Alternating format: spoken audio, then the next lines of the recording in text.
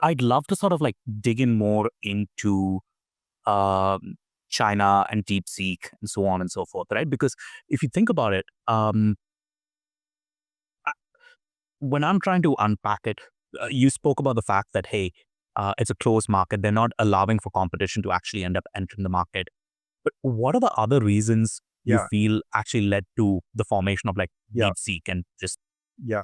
So let me tell you what I know. And I was actually, thinking of writing a follow up to that article, but then, it's kind of sitting in the drafts and there. But I did actually do a little bit of collation of some of the points around China.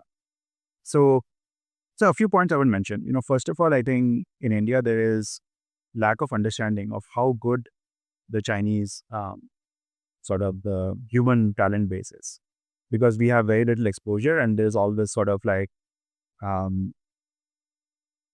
toyish sort of ridicule that they like just copy and stuff. And I think that's just not true. And I'll tell you, my exposure to this. So obviously, I worked at Facebook. I had a lot of Chinese colleagues, and they had Chinese colleagues back in China. And this was like 10 years, 10, 12 years back, maybe even longer. Sorry, even longer back, much longer, almost 3 years back. And they had Baidu, and engineers in my team, new engineers in Baidu. Um, they were exceptional engineers. So they were making also contributions to open source to some extent. Or sometimes they didn't, they just did something, but we got to know what they did. And I could sense that, these were like really, really top class engineers. Right? So, and of course, my colleagues were top class. I mean, I think, if you look at some of the universities, particularly, my exposure mostly to Tsinghua University, they produce fantastic graduates. They're a huge college. Their graduates are everywhere in the Bay Area. Right? I think one of the things is that, sorry to be a little bit stereotypical here, but I think Indians are a very good managerial class. So our success in Valley, is very disproportionate to our technical base. So, if you look at Sundar Pichai and, Nadella and like George Korean, or like, there are like, so many top CEOs. So we have done exceptionally well as a managerial class, much better than the Chinese. And that leads to the sort of a perception that, hey, we are kind of dominating the valley or very, very successful. But if you look at more at the ground level, at the engineering staff, at the people who actually build technology and do engineering, China is, very, very good, very good. And I don't know all the factors. I'm just sort of giving you the observation that their quality of human base in engineering and technology is very good. Now, to support some of these points, I mean, I would point out that today, if you go, I was just, for this draft that I was sitting in some drive somewhere, I looked up the top 20 Asian universities.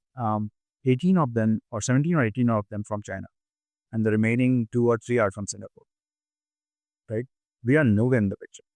Right?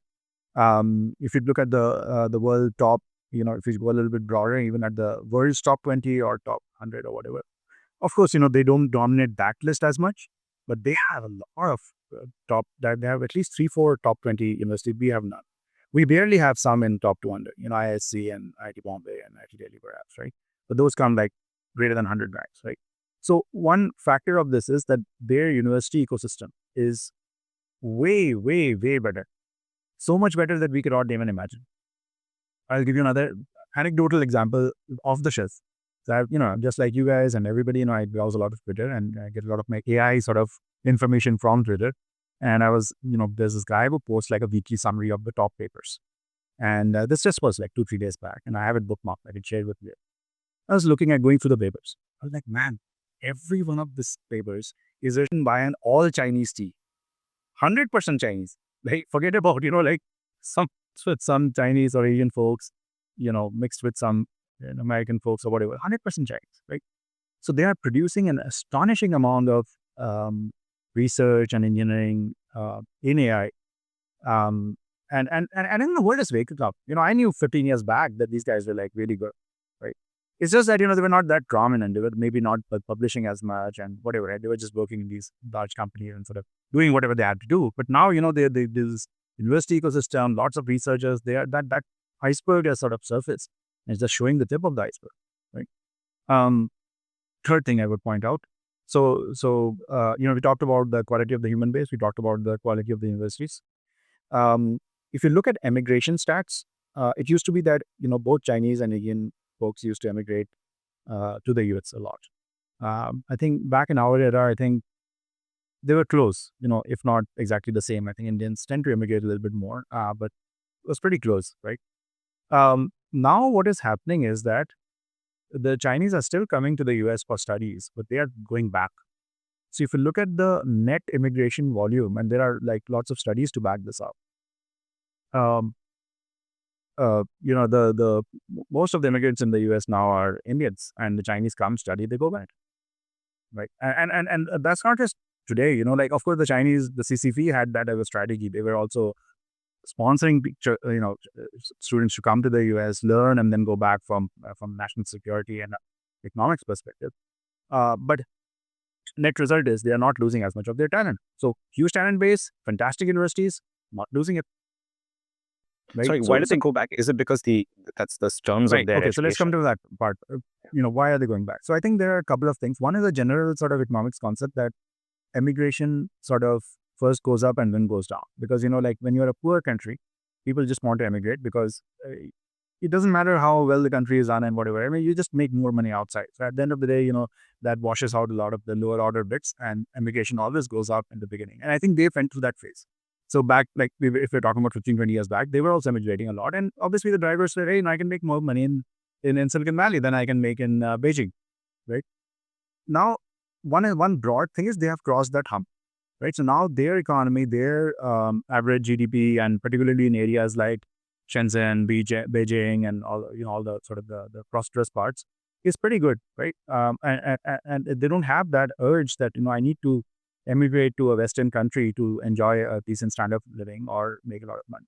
So that is, I think, macro. It will happen to us also.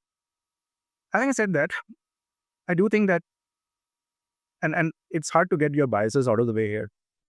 I'll tell you another small story, and I think you will relate to this. So I have a lot of Chinese colleagues in the US, as I mentioned, and I'm connected to them on Facebook. And just a couple of days back, one of the persons I long friends with, she used to work in my team. She's an avid marathoner, runs a lot in the Bay Area, and she said, I went back to China after 20 years. I've gone back to Beijing, and I took a run because that's what I do. And she said, this is the best city I've ever run in. And she gave a map, the Strava or whatever, right? And she ran 20 kilometers or whatever, right? And look, I think, can you talk about any Indian city and say that, look, that's the best city to run in?